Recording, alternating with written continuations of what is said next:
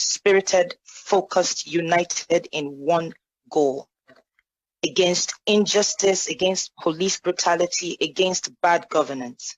What started out as a protest against police brutality, especially the unit called SARS, unfortunately just degenerated into something I still find it hard to reconcile with in my heart.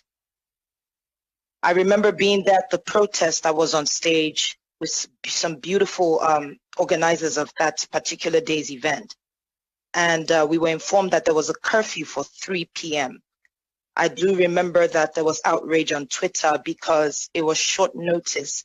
The curfew, I think we got the information at about noon that day. And so we said, look, people came from all over Lagos. It was thousands of people there. The best thing we can do, if people can't make it home, we'll sit still, don't do anything, don't move. We'll sit still and we'll sleep over till night. It was at the toll gate. And then later on, we got, sorry about that. And then later on, we got, I'm so sorry. I don't know if you can hear me. Okay, great. I'm getting some messages in my ear.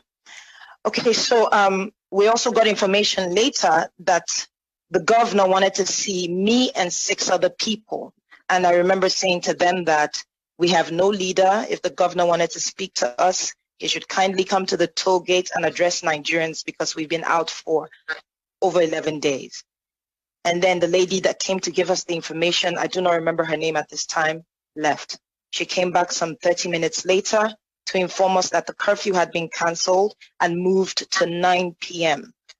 I remember telling the people there this information and people cheered. While this was going on, another member that was standing behind me came up to me and said, someone is taking out the cameras from the toll gate. And I said, do you recognize who? Because we had, I think the real heart of Nigerians there. We did not destroy anything except for graffiti.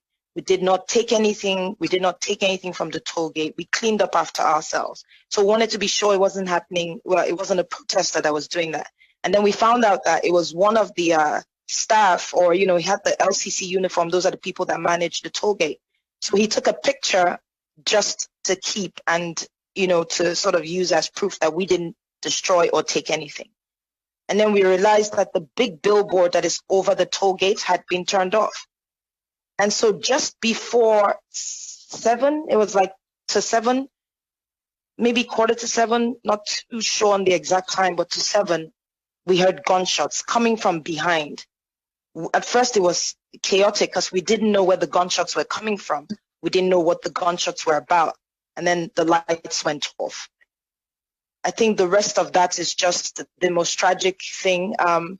I thought I was going to die. I thought we're all going to die. And it was in that moment that I said, let me go live on Instagram so people see what happened to us.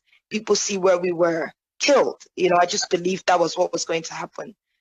And I remember the military came in first. They stopped shooting at some point, and I walked up to one of them and I asked him why he was shooting at us. And he said he had express orders from above and that I was coming too close to him. And if I came too close, it would be considered an attack on him and he would have to shoot. So I moved back and asked everyone to move back. It didn't take maybe another 10 minutes. The shooting started again. I remember seeing 7 people that had been shot down. And we were telling people on my live